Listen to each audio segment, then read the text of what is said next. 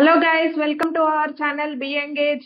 ఇంకా మన ఛానల్ ని సబ్స్క్రైబ్ చేసుకోకపోతే వెంటనే సబ్స్క్రైబ్ చేసేసుకోండి.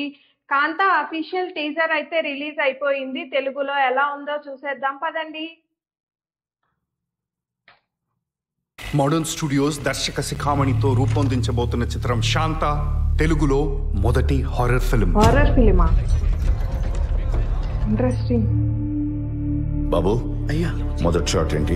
చంద్రన్ పెయింటింగ్ లో దెయ్యం నీలిని చూసి భయపడే షాట్ అయ్యా. వాడు ఉన్నాడు కదా? ఆయన ఉన్నారయ్యా.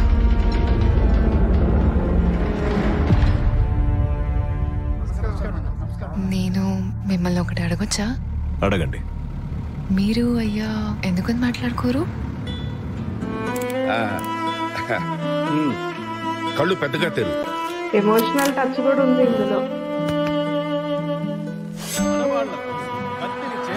నువ్వు ఎవరన్నది ఈ ప్రపంచానికి తెలియబోతోంది. నాకు ఆయన మీద ఉన్నంత మర్యాద ఇంకెవరికి ఉండదు.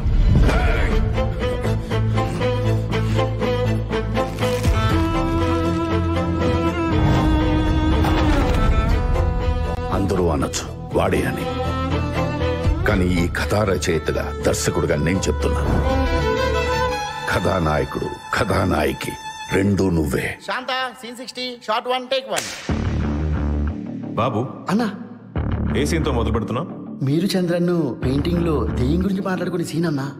అదొద్దు బాబు, ఒక మంచి సీన్తో మొదలు పెడదాం. యాక్టింగ్ నెక్స్ట్ లెవెల్ అసలు. అయ్యా, షాట్ ఓకేనా? Short okay, scene change, cut.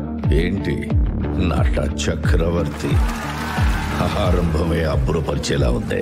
ఇంకో మహానటి అంతా మీ దగ్గరే నేర్చుకున్నది కదా.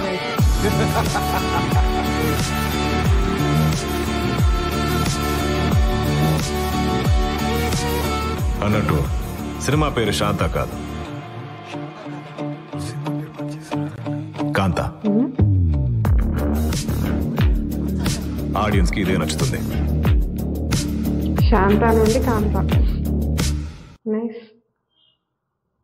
టీజర్ అయితే నెక్స్ట్ లెవెల్ ఉంది. అందరూ వాళ్ళ యాక్టింగ్ తో చింపేశారు ఈ మూవీలో. అయితే దుల్కర్ యాక్టింగ్ అయితే నెక్స్ట్ లెవెల్.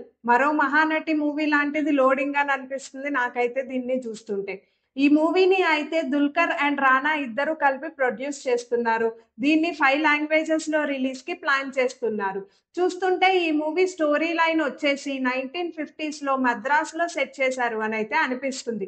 దుల్కర్ వచ్చేసి ఇందులో హీరో అండ్ వాళ్ళ డాడీ సముద్రకని గారు వచ్చేసి ఇందులో రైటర్ అండ్ డైరెక్టర్ గా చూపిస్తున్నారు మనకైతే. ఇందులో వాళ్ళ ఇద్దరికి ఈగోస్, అంటే వాళ్ళిద్దరికి ఒకరంటే ఒకడు పడదు.